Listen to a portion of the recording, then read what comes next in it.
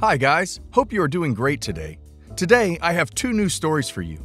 Let's go to the first one, about a mother who is demanding $6,500 from OP to fix his childhood room because he ruined it while he was a child. Oh, I wouldn't want to be in OP's place, guys. Enjoy the stories, guys, and don't forget to like and subscribe, and of course, leave a comment. I grew up in a lower middle class family with one brother, now 25, and a younger sister, now 19. When I was about 8, we moved into our current house that finally had a room for everyone. The house was a little out of budget from what I'm told, but we managed, and I know my parents really loved the place. It had also been built just 5 years earlier and was still in great condition. So yeah, I won't lie, I was a messy kid and teenager. I suffered from pretty severe depression and eventually PTSD. I was generally awful at taking care of myself and my living spaces and things. So for most of my teenage years, my room was, frankly, at unhealthy levels of dirty. My parents were very anti-therapy and anti-meds, so they essentially just did their best to make me feel terrible about how awful my room was. Don't worry, I'm actually a bit of a neat freak now after a year of therapy and living with roommates I don't want to piss off. I was super lucky to get a pretty substantial scholarship to the top university in my state. So I got the hell out and didn't look back, and am now happily in the second year of a, now virtual, thanks COVID, journalism program. I did clean my room as best as I could before leaving, but there was some obvious work that needed to be done before it was okay to sell. Since then, I've been on tense but talking terms with my parents, visiting once a year for Christmas, the monthly just checking in email or birthday text. Not exactly loving, but overall respectful. Which is why what happened kind of hit me out of left field. I knew my parents were thinking about selling the house now that we'd all moved out, but didn't know much beyond that. My mom, a few days ago, telling me that they had someone come into my room and assess the damage to my room. The contractor they'd hired apparently said the room needs new carpet, new windows, a fresh coat of paint, and a new closet door. Altogether, they are asking for me to send them $6,500 to cover this. They said since I have a scholarship and a small student loan, I can pay it back over the course of 2 years. I'm honestly completely at a loss as to what to do. At first, it seemed reasonable, but I talked to my brother yesterday and he was pissed and said they're doing the same to his and Kat's, our younger sister, room, but they're not asking them to pay for it.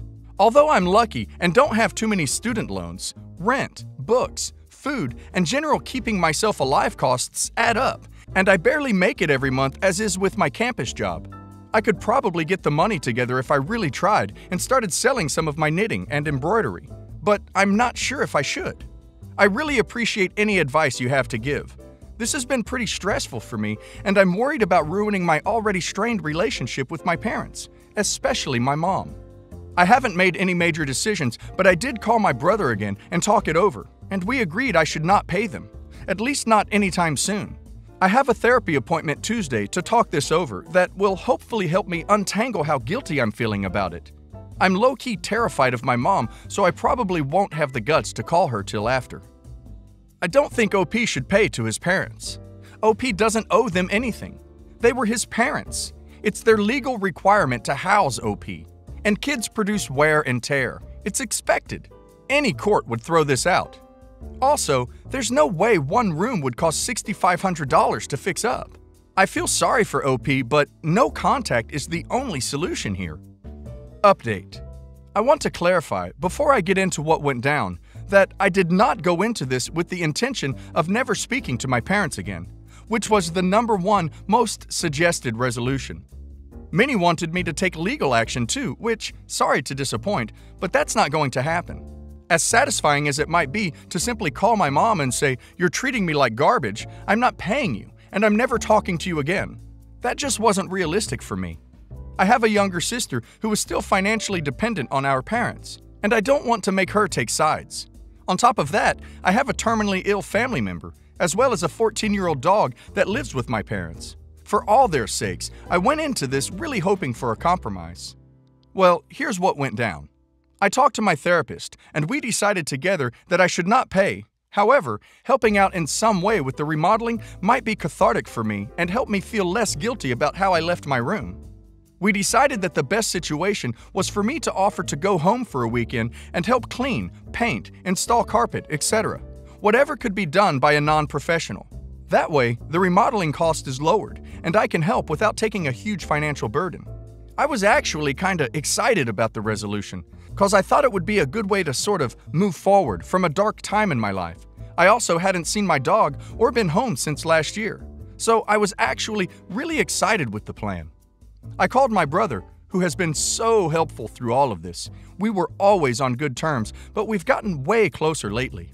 Who agreed it was a great idea and even offered to chip in for paint and supplies. So yesterday afternoon, I took about 80 deep breaths and called my mom. It was the first time we'd spoken since she asked for the money, so I was so nervous. Even talking about it right now is making my heart rate go crazy. Anyways, I gave her my ultimatum and said that I was sorry for ruining my bedroom, but I'm not really in a financial position to pay for repairs. I actually recently got my hours cut again because of COVID, so yeah, there's just no way. But that I would be happy to come and help clean sometime in the next few weeks and would even buy some of the supplies. Apparently, that was super naive of me because she absolutely blew up when I told her my plan, calling me greedy, selfish, and ungrateful. She must have used that word 100 times in like 3 minutes, and asking why I couldn't just pay. I ended up kind of losing my temper too, which is weird for me as I never raised my voice at my parents. But I told her that it was partially her fault for never letting me get therapy or get help when she knew I was depressed, and it was her fault too. She lost it and told me she is going to call her lawyer and hung up. I wish I could say I was really proud of myself, but I broke down crying for a good half hour. It was pretty ugly. But it doesn't end there, of course. About 3 hours later, my dad called and asked what the hell happened, as apparently my mom told him she was uninviting me from Thanksgiving and said a bunch of other horrible crap. I asked him if he was really okay with asking me for $6,500 to fix my room, and he had no idea what I was talking about. Apparently, it was all my mom. The best part, they had never even had a contractor come in. They apparently were starting to renovate the house, so that wasn't a lie, but they were going to do it all by themselves to save money. He apologized to me and said they would have a talk. I haven't heard back from either of them since, but I'm assuming that I'm still uninvited for Thanksgiving. So I don't think I'm going to be talking to my parents, or at least my mom, anytime soon. I'm a little worried about her taking legal action, but from what the comments said last time, I should be in the clear.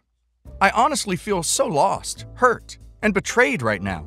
My mom has never been great to me, but I'm still in shock that she could lie to me like this and ask for money. I love her, of course, because she's my mom, but I don't know if I'll ever be able to trust her again.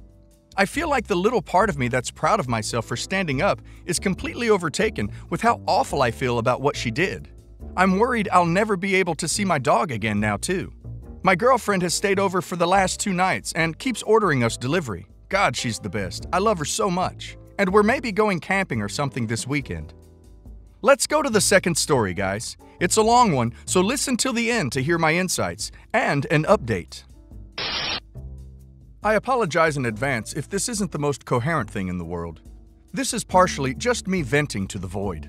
About 4 years ago, I lost my wife, the mother of my son, to lung cancer. We had been together since we were 14. It was the darkest time of my life. I pushed on for my son, and because my wife made me promise to make the most of life. We had our son pretty young. I worked 2 jobs to keep us afloat, and thankfully was able to provide a decent upbringing until he moved out at 16. Although I still paid, and continued to do so until this happened, a portion of his bills. The loss was extremely hard on my son as well. He came back to stay with me for a while, and we'd worked through the grief together every day. I got him into therapy, pushed him to get involved in things to keep his mind busy, and when he moved back into his apartment, I'd call every night to check on him and visited multiple times a week. We were always extremely close. My wife told me outright after her diagnosis that she didn't want me alone, so I made myself available. My girlfriend and I met about 2 years ago and hit it off. She isn't my wife, but I loved her for who she was, and we really connected. I was reluctant to introduce her to my son because I was afraid he'd feel I was betraying his mother, so I held off for the first year, which I regretted, as they ended up getting along very well. We'd hang out together. My son was happy. I was happy. She moved in with me about 5 months ago. This past Thursday, he was over for dinner and movies. We've had this little game since he was a teenager where I'd pop up over his shoulder when he was on his phone in common areas and say, "Stop looking at that," in an accusing way to mess with him, even though he was never looking at anything. Turns out, this time he was doing something and I seen topless photo on his phone. I recognized the photos to be of my girlfriend, same tattoo placement between the breasts. I grabbed the phone from him and he immediately starts pleading his case. I go into gallery and there are easily 24 photos of my girlfriend, some of him I'm assuming he sent to her, 1 or 2 of them together. By this time, he's crying and trying to grab the phone back. I check his texts and he has 2 weeks worth of conversations with her, under a different name, detailing the fact they've been ducking around behind my back. My girlfriend is in the room begging to know what's going on. I'm not proud of the fact I lost myself. I screamed at them both. I smashed the phone. Yes, I know this is unacceptable. Yes, I'm in therapy. Yes, it's the first time I got aggressive with either of them. I demanded details. My son kept apologizing and saying he didn't know why and that it had only started 2 weeks ago. They slept together 3 times. My girlfriend was sobbing and kept trying to hug me, telling me it was a mistake, purely physical, and that she'd never speak to him again. I screamed at my son that I'd given my life to him, that he knew what this meant to me, that he was all I had left. I pulled him upstairs and gave him the money for his phone and kicked him out. I went upstairs to our bedroom, turned her drawers upside down, and packed her clothes into 2 travel bags while she kept asking me to listen. I put them outside, guided her through the door, and told her she could have someone else get the rest of her belongings this week. Both of them have been texting me non-stop until last night, at which point I blocked their number. I feel completely detached. The fact that after 2 years my girlfriend, knowing my history, could betray me is painful enough, and absolutely nothing will make me forgive her. She refuses to get her stuff until I talk to her, so I'm having a friend drop it off to her. The fact my son, who I dropped everything for, worked non-stop to provide for, who is all I had left in this world, could do this to me knowing what it would do, is another pain entirely. It feels like I lost another family member. I ache for my wife all over again. I know everyone processes grief differently, but this was 2 years after her passing. He had a girlfriend and I was there for him, as were therapists, every step of the way. So I have a hard time believing grief is the cause of his decision. I can't see this as a mistake. He didn't trip and fall. It was a conscious choice to betray someone who loved him. I want to honor my wife by giving my son a chance to hold on to the little family I have left. But this isn't like he stole money from me. It isn't even something that happened once while drunk. He was there for that grief with me. He knew how hard it was for me to move on. Of all the women, he chose mine. All the apologies or future effort can't erase the fact or the memory of it. I never did wrong by him, and now I feel like the kid I raised isn't there anymore. I don't know if I have it in me to ever forgive him. If and when that day ever comes, what steps can I take to process what happened? Talk to him without feeling disgust and open the door to trusting him again. And if that day never comes, does that make me a bad person? I think OP needs time to process this. I think that things will never be the same between OP and his son. I don't think OP will go no contact with his son, but the relationship will definitely be different. I'm sure it will take time for OP to be able to speak with him. In my opinion, even if OP will keep the relationship with his son, he will never forgive him. Broken glass can't be fixed again. Update. It's been a busy couple of days to say the least. I unblocked both their numbers shortly after posting. My now ex called again that night, which I answered. I told her if she wasn't calling to make plans to pick up her stuff, I was hanging up, and we decided on the next morning. I called a platonic female friend of mine that night, and she agreed to be at my place before my ex showed up as a witness. I had everything packed up and waiting by the door. She showed up as expected and started crying immediately when I came out with her stuff, trying to pull the bags to the ground so I'd have my hands free for a hug. I put the bags beside her car and asked her to check if I missed anything, which she refused. I agreed to a quick hug, told her to take care, and walked inside. My friend pulled the chair she was sitting in on my porch over so it was in front of my door, and told her that she was calling the cops if she didn't leave. She did, and I blocked her number again. I texted and called my son numerous times and left a voicemail telling him that we needed to talk. But first, he needed to come clean to his girlfriend and accept responsibility for his actions. He didn't respond, so I called her myself. We chatted for a while, and she told me he was out with a friend. I asked if he had spoken to her about anything recently, and she said no, so I told her myself. Mostly because I felt it was the right thing to do, as she was a victim in this too. But I'll admit partially because he's a grown man now and needs to deal with the consequences. He showed up at my place that evening and I let him in. I'm ashamed to say I wasn't nearly as calm as I'd hoped I'd be. He asked if ruining his relationship made me feel better, and I told him that he ruined it. Pretty much any hope of productive conversation went out the window, and it became a screaming match, at which point I told him to get out and figure out how to deal with being as alone as I was. He slapped me in the head. This is a kid who never threw a toy out of anger in childhood, who wasn't even spanked. As disgusting and twisted as it is, this exploded into a fight with me being struck in the face multiple times while trying to restrain him, as I didn't have it in me to hit him. My son very much not being a fighter, while in my younger years I very much was, until I took him off his feet and held him to the floor. I've never felt that level of rage before, how incredibly overwhelming it was. When I seen the fear on his face, I let him up and sat beside him on the floor. I told him to get out. He started crying and told me that his mother would be ashamed of him. This made me break down, pathetically so, and realized how ducked up this whole thing has been.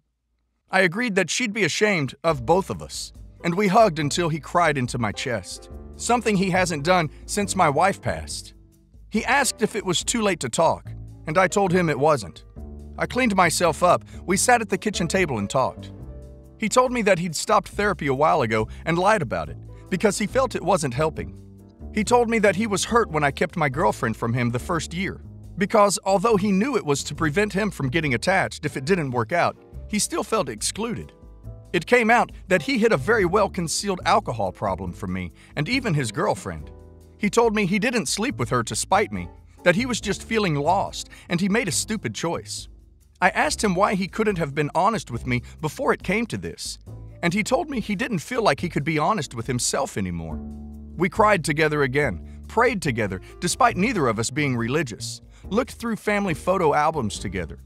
We discussed the road forward, and we agreed that the loss we both felt went far deeper than we thought. We decided on attending therapy together.